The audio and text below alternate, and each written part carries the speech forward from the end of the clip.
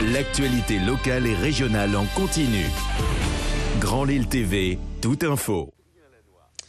Bonjour à toutes et à tous et bienvenue sur Grand Lille TV en ce mardi 19 juillet. Tout de suite, une nouvelle édition du journal de la rédaction.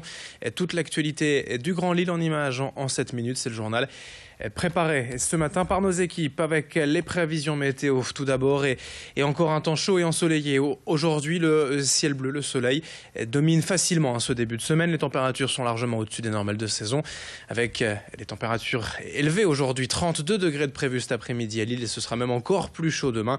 Mais ça, on en reparlera.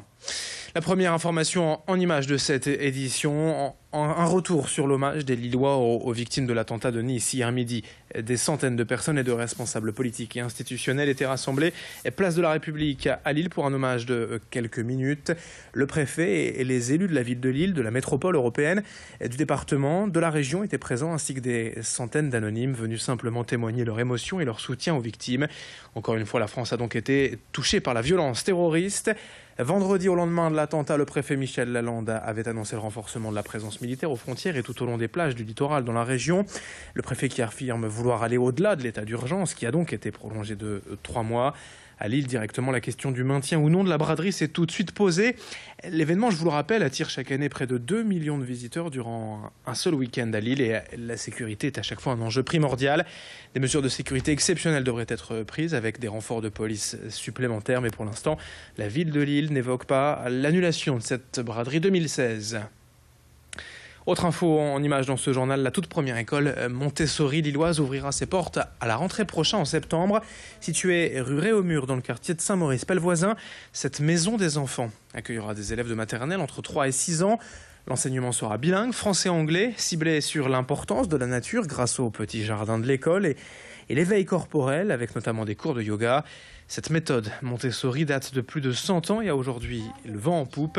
Elle consiste avant tout à donner une forte autonomie aux enfants dans les activités proposées en leur laissant le choix des matières enseignées chaque jour. Mais cette méthode a tout de même un coût, comptez 650 € par mois pour un temps complet.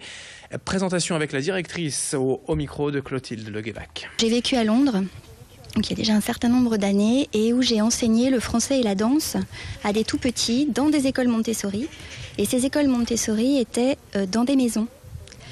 Donc vraiment l'ensemble de la maison était considéré comme l'école et vous passiez d'une pièce à une autre, d'une ambiance à une autre, puisqu'en Montessori, on ne parle pas de classe, mais d'ambiance.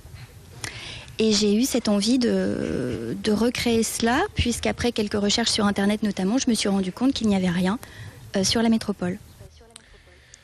En plein cœur de l'été, sur Grand Lille TV, on enchaîne avec le grand angle de la rédaction et on s'intéresse au quotidien des petits cirques familiaux qui sillonnent la région durant ces vacances. Ils ont tout de même aujourd'hui de plus en plus de mal à exister pour trouver des emplacements pour leurs chapiteaux. Ces derniers mois, dans le Nord, Teddy Dubois, 7e génération du cirque Achille Zavata, a quand même eu l'autorisation de s'installer sur l'aérodrome de Bondu, mais après avoir essuyé plusieurs refus. Reportage signé Alison Pelotier.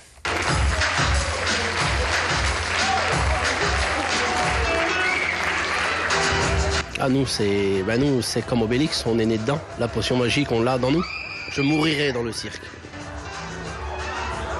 Teddy Dubois à l'aise sous son chapiteau.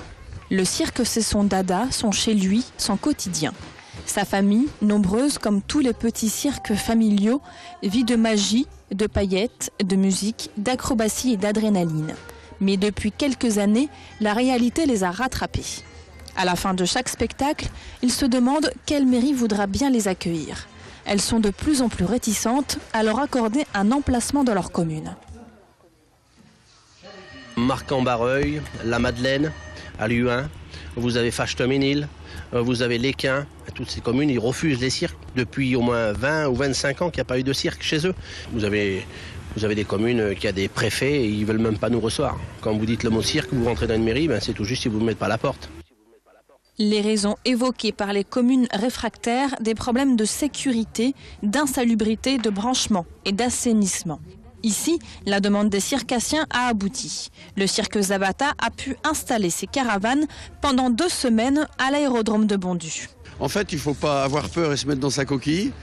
Comme moi-même, je pourrais avoir peur et les repousser. Je crois qu'il faut se parler, voir ce qu'il est possible de faire.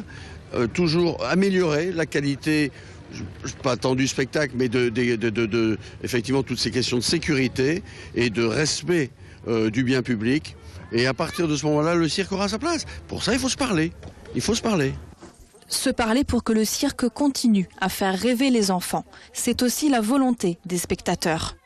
Aujourd'hui, ils sont venus nombreux profiter du spectacle de Teddy Dubois et de sa famille. Et les sourires ne se font pas attendre. Ils ont beaucoup de courage et ils méritent de continuer le plus longtemps possible, c'est sûr.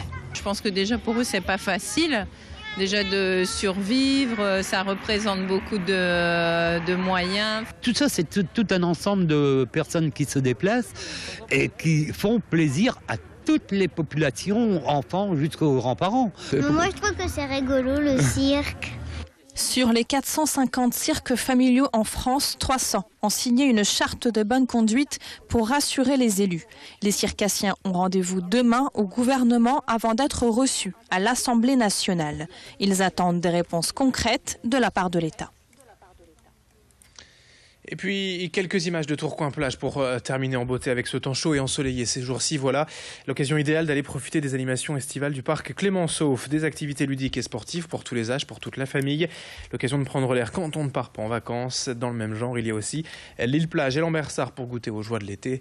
Aujourd'hui, et par cette belle météo, dont on va reparler d'ailleurs dans un instant avec les prévisions complètes à suivre sur Grand Lille TV.